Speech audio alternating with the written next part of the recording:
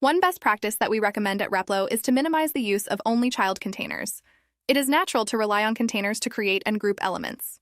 But over time, this method of building pages leads to pages that are difficult to manage due to the excess amount of layers in your editor. Once it comes time to edit the content, it'll take extra steps in sifting through the Layers panel to finally find what you're looking for. An only child container refers to a parent container that only has one child element.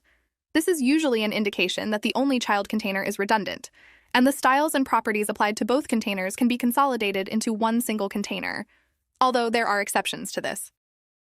In this example here, we have a container that already has content in it, but the content has no spacing applied. It is often people's first instinct to group these text blocks into a container and add gap to it.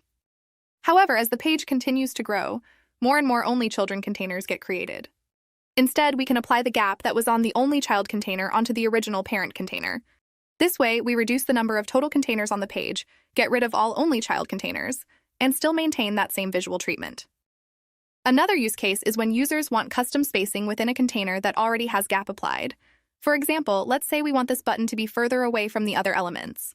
People often add the text blocks into its own container with the desired gap, and then group that container and the button into another container, and set their custom gap there. However, we could just add margins to the button element to push it away from the other elements in the container, and achieve the same custom spacing. This way, we still get the same results, just with less containers.